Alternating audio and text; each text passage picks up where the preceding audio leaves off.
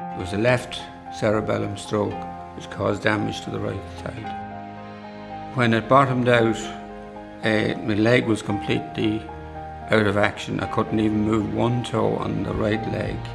My right arm, I could move that finger slightly, this middle finger, and I could lift the arm approximately that amount.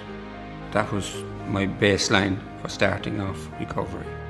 The book came about 6 years after the stroke. I'd been in a waiting room or doctor's surgery or in hospital, and I'd see an obviously a stroke survivor by the symptoms, with bad arm or bad leg. I get this overwhelming feeling to go over and talk to them and reassure them.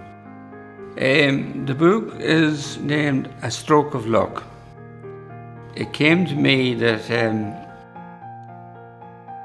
the stroke wasn't necessarily a bad thing overall. If I weigh up my whole life in the context of what could or might not have happened, I came to the conclusion that because of my lifestyle and the way I was working, I probably would have been dead with a heart attack if I hadn't had the stroke. So that was my straw to hang on to, and that's why I named it A Stroke of Luck.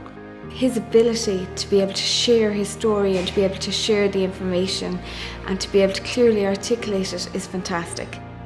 Initially, I did the manuscript and I passed it over to my niece in England, who's a therapist over there, and I asked her for an opinion on it.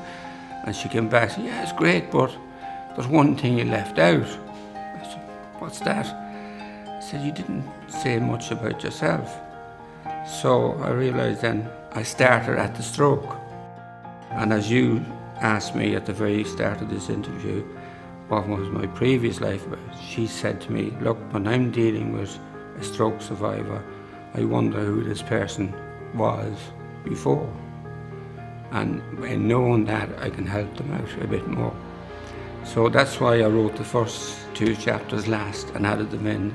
Doesn't impose himself on anyone, and yet he's always there to very generous in relation to sharing his experience, and above all he's a very good listener, and he responds so well then to the needs of others. You don't ever fix a stroke in my experience, but you can do an awful lot to have a new life. And I find, personally speaking, that the new person you become, you have to enjoy that person and you have to be comfortable with that person. Your life shouldn't become a mere existence, it should be a life. You obviously need an awful lot of help by both family, friends, medical profession, and all the people around you, but how you adapt to these changed circumstances determines your future. He spoke on local radio in relation to stroke services. He's also campaigned and been up at the Irish Heart Foundation, and he's also written stories and pieces in the newspaper. So again, he's, in relation to being a stroke champion, he's been championing the needs of stroke survivors and putting it out there in relation to campaigning for improved services. So I think that just sets him above all others, and that we see him as our stroke champion. I'd like to dedicate the award to other people like myself who've fought the hard fight and